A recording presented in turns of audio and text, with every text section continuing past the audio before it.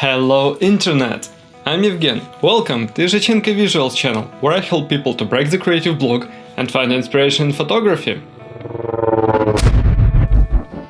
Today is Winners Friday, and I will show you results of our photo contest, which we conducted along with the plastic bottle episode of the Ordinary Things Photo Challenge. This photo submitted by Maria costs $20. Why? Because she was brave enough and she was the only person who submitted work to our photo contest. We have two nominations. First is the most liked Instagram post. Second is the photo which I choose according to my personal preferences. Maria gets both prizes. She has the most liked Instagram post, and I believe her bravery deserves a reward. By the way, she already submitted her work to our next photo contest. More details in this video and in the description. Since there was the only participant, we have some time. I contacted Maria and she was very kind to send the original photo and allow me to edit it. Now I will show you how I would edit this image. Usually I start by looking for the composition and cropping the photo. In this case I choose the same crop as Maria. The bottle and the fountain stream nicely fall into the rule of third lines. The bottle forms a downward motion, while the water stream goes upward. Before tweaking the light, I usually decrease the saturation to 0.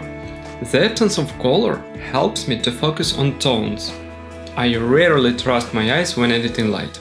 I always look at the histogram, because it isn't affected by your monitor settings and light in the room where you are. The histogram shows you how much of which tone you have in the image. Left is black, right is white. This image looks flat to me, and the histogram proves that I'm right.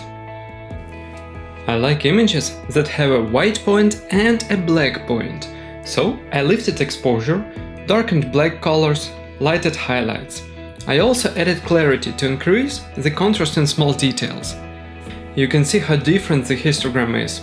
Also, you can see these small spikes. They mean that the image starts falling apart because of the drastic tone changes.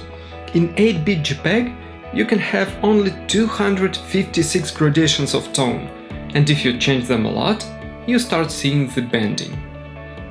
The bending happens when there are not enough tone or color gradations to show the smooth gradient.